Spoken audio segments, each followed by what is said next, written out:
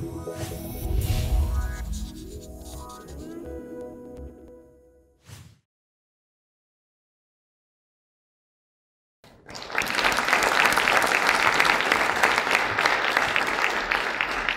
you, Jim. Do you have the, yeah, thank you very much. There you go.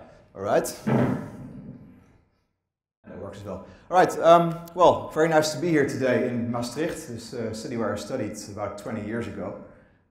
First time for me to be in this building, actually. That's actually very interesting to see this from the inside, because I rode my bicycle by this building for many, many, many times when I was living just across the street here. I'm going to talk about the art of entrepreneurship today. The art of entrepreneurship in China. I want to compare a little bit what it means to be an entrepreneur in Europe, or in Holland maybe in particular, to how it is to do this in China. But to get started, I want to talk a little bit about who am I? What's my background? How did I get started? How did I become an entrepreneur? I studied in Maastricht, business economics, actually international management it was called, from 1991 until 1995. I had a great time, did a lot of things next to my studies, was president of the marketing association at that time. I set up a finance association, was active in other things. Did a lot of things next to my studies and really realized that, you know, I want to do, I realized I was pretty ambitious actually. I wanted to do a lot of stuff in the future as well.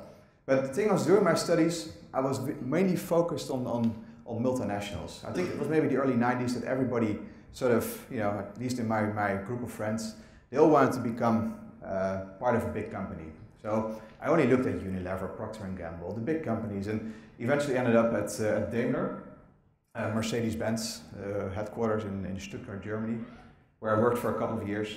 Then Mercedes sent me to Indonesia for a while, and eventually back in the end of 1999, I got a contract to move to Beijing.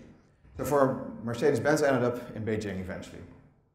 Had a good time at the multinational, but I also realized that, yeah, multinationals are really not really my thing. It was too slow. I couldn't really do what I really wanted to do. I felt, yeah, there were glass ceilings, I guess, ahead of me. I was 29, and I wanted to, yeah, I sort of felt like I could do much more than I can do here. I didn't want to wait another 10 years before I could maybe become a board member or so. So I quit my job back in 2002 and became an entrepreneur. Eventually a serial entrepreneur, sort of several businesses. Among others, I set up Tudo.com, which is a large online video site. Started back in 2004. It was a Chinese friend of mine, still, yeah, my best Chinese friend actually nowadays. The site grew to become, well, not only the first online video site in the world, but also one of the very biggest ones in the world.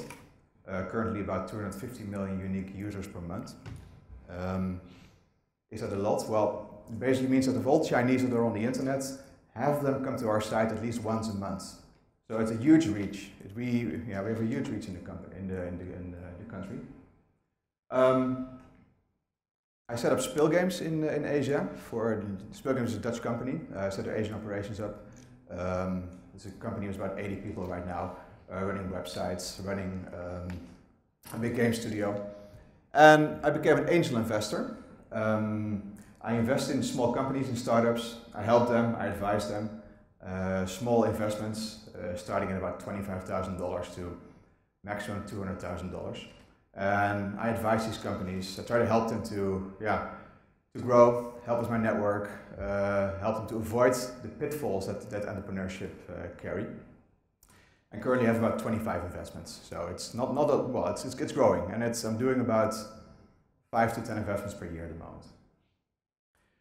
What's very important for an entrepreneur, and at least for me, is to do something that sort of keeps your mind off of constant stress.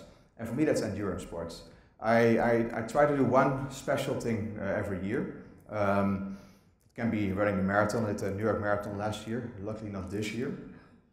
I rode my bicycle from Lhasa in Tibet to Nepal through the Himalaya. I climbed Kilimanjaro, climbed Mount Fuji. So different things, the special things to sort of, do something different, but force me to train for it. Because if you don't have a goal, it's very difficult to really force yourself to train and to do a lot of sports. And it keeps me sane, basically, in a way. To go back to the topic, entrepreneurship in China, is it different? Is it the same from the entrepreneurship here? Well, obviously I think it's different, but there are some similarities. To start with, one of the differences, I think China has a very strong corporate culture. Much, much stronger than, I think, certainly in Holland, but even in the US. If you look at the picture here, there's a restaurant in Shanghai where all the waitresses are basically dancing outside the restaurant before they start their work. And people see them also dancing there, they're doing fitness exercises. And people like it because they do it all together and they feel like part of a group. They want to be part of this group. A group is very important to Chinese. China is very much a group culture and people want to be part of a group. It sort of makes their life more stable because if something happens to you in China, there's not a real strong legal structure in place that can help you. If you go to court and you're a single person without many resources, you cannot really win.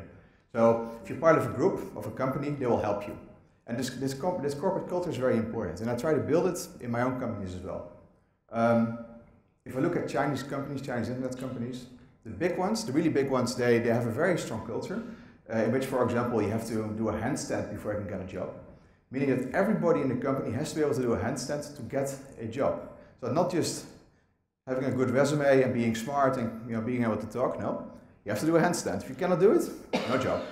Other companies you have to run 7 miles within a certain time. If you cannot do it, no job.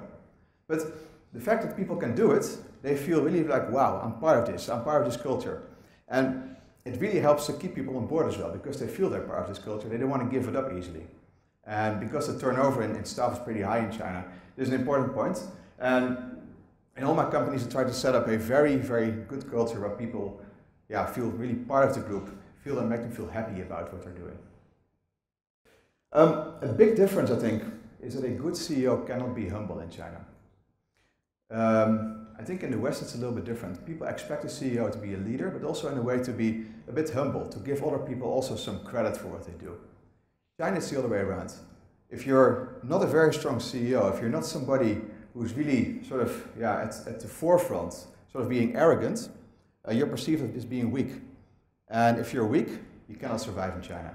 It's really the survival of the fittest.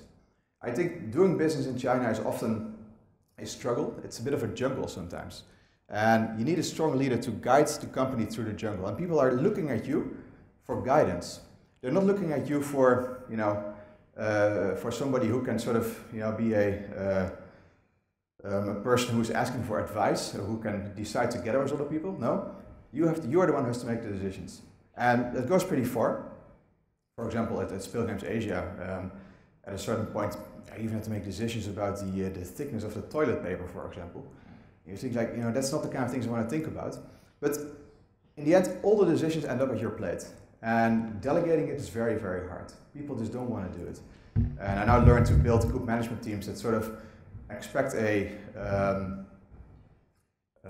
more Western manager, but still to the rest of the company I try to be the real CEO, the strong guy who is basically not showing any weaknesses and helping the company to become even bigger.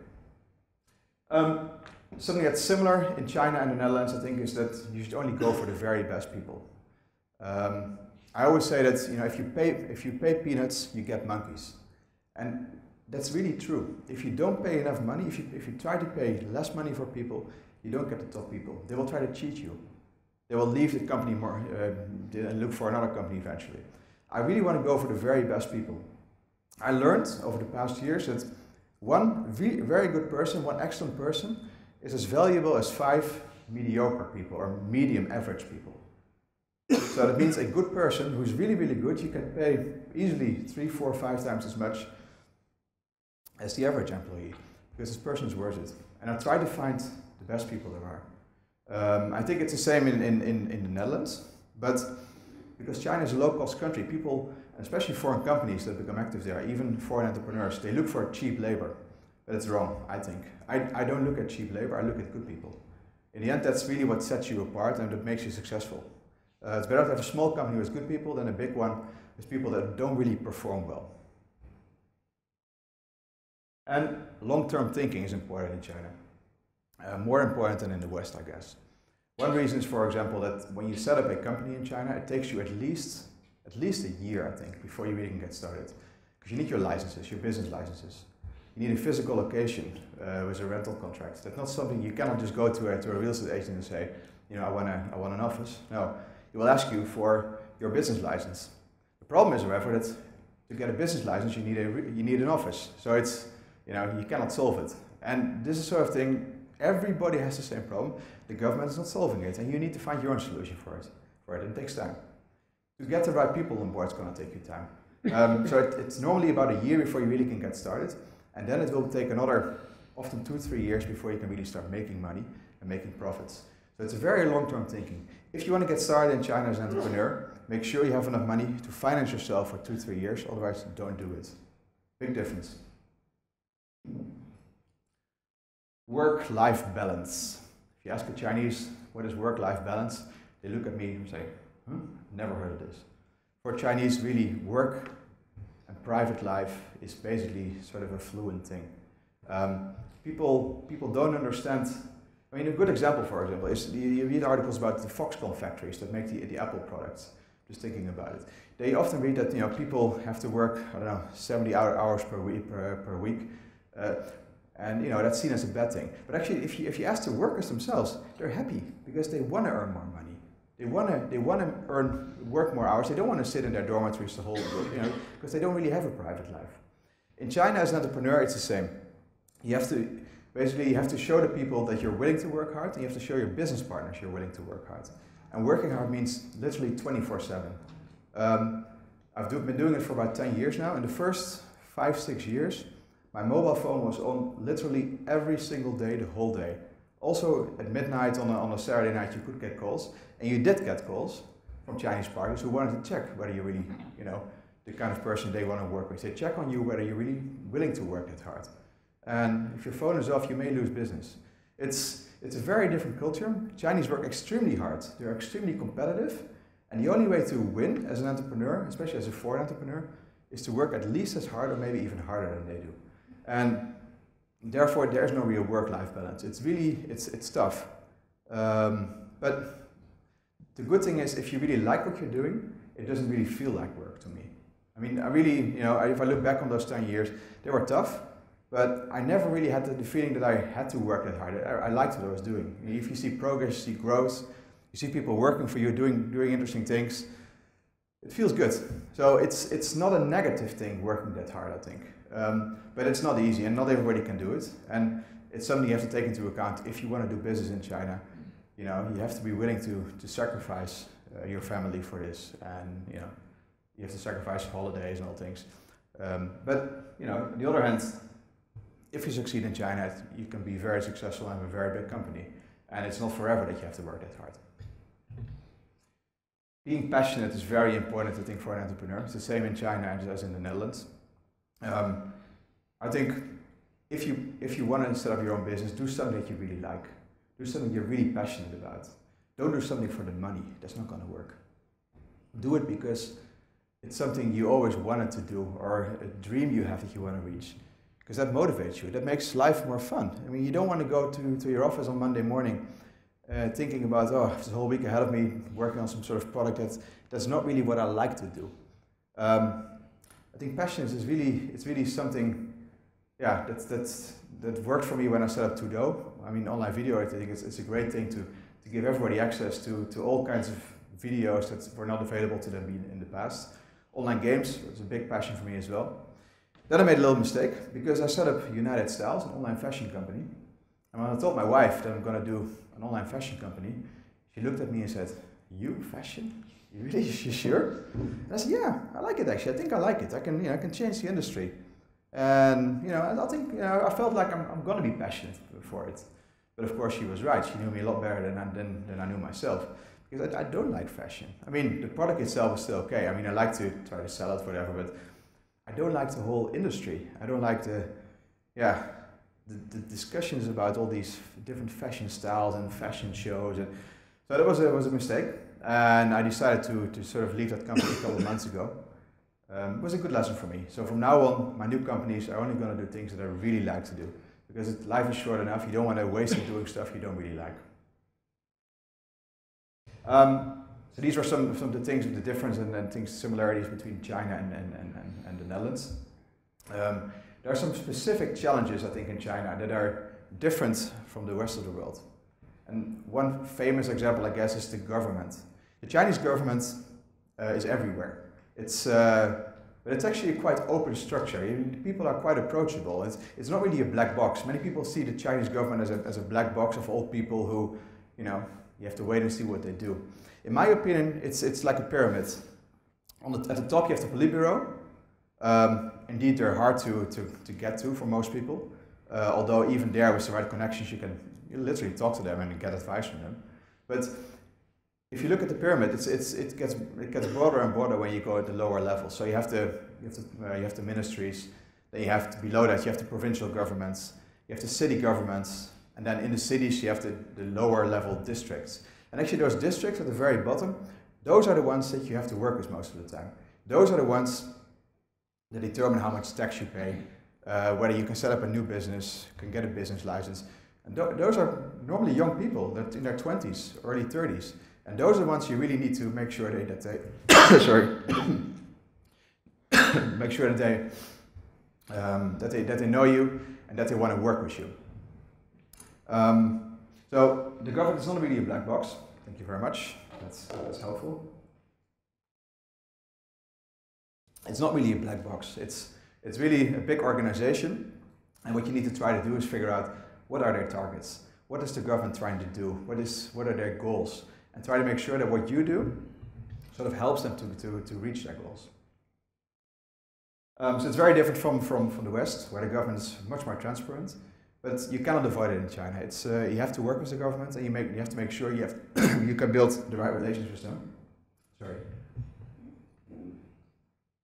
So what I normally do is have government officials who talk to some of my staff. They have direct contact with them. I try to avoid to have contact with them because I don't understand what they're trying to do anyway. They don't want to talk to me. Even if I speak well enough Chinese to discuss it with them, they will not say the things that they want to say to me because I'm a foreigner.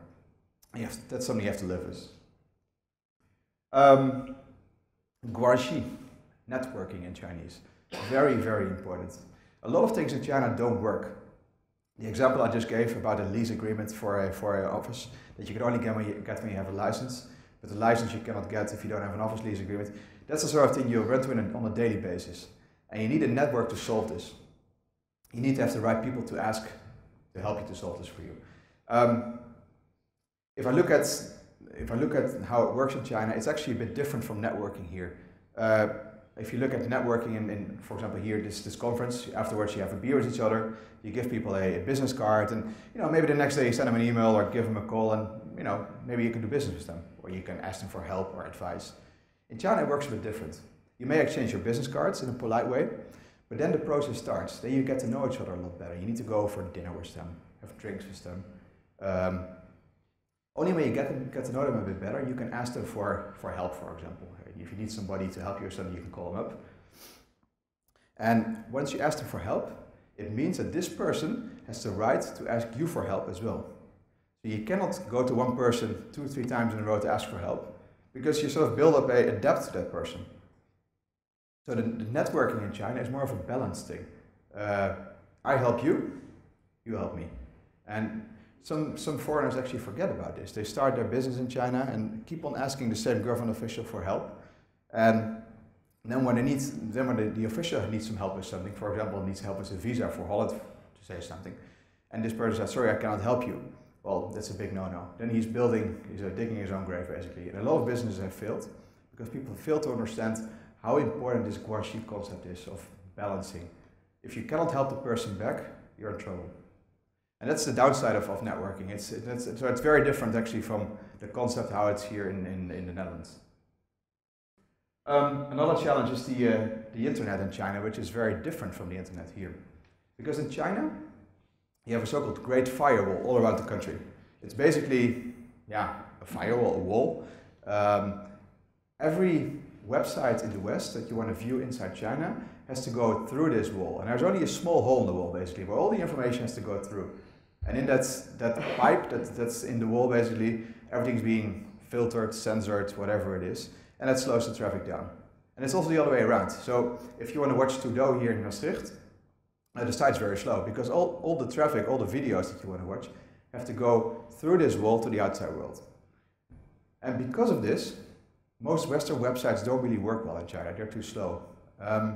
So Chinese started to build their own clones. They started to look at what's available in the West, and they copied it.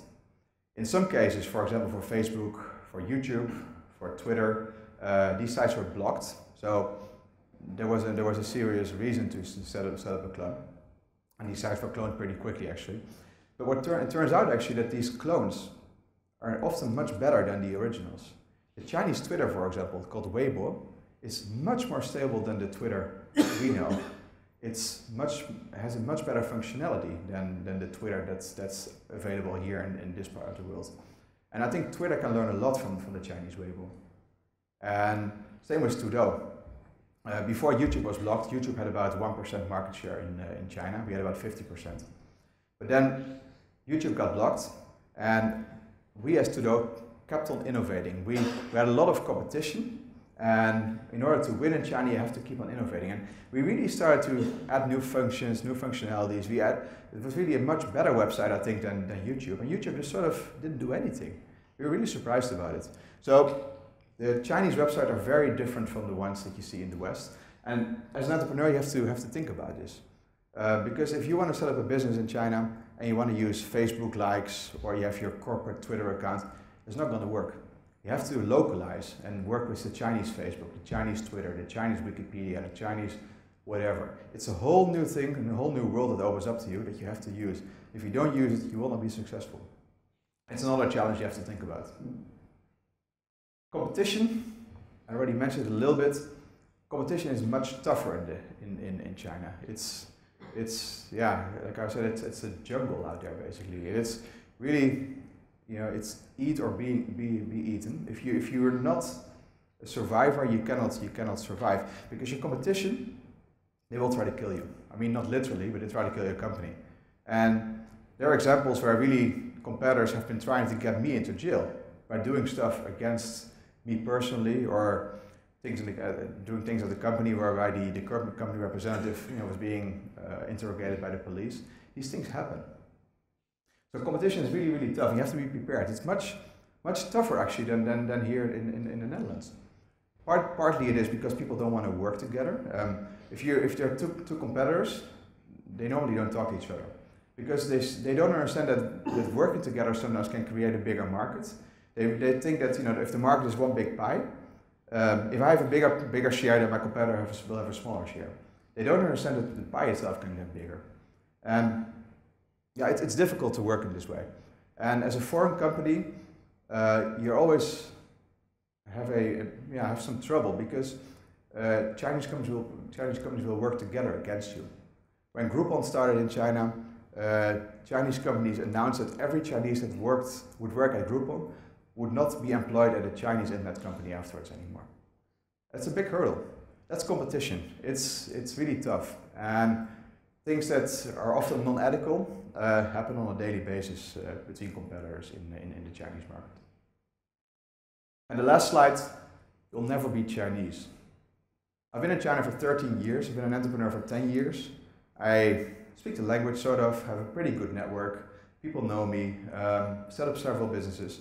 But Chinese don't regard me as somebody who's a Chinese. Not because I don't look Chinese, but simply because I'm not a Chinese. I'm not a mainland Chinese person. And it's really weird. Some people think that after 10 years, they'll be accepted in the Chinese circles. You won't. And it's very important if you do business in China. Don't expect that it will happen, because it will not happen.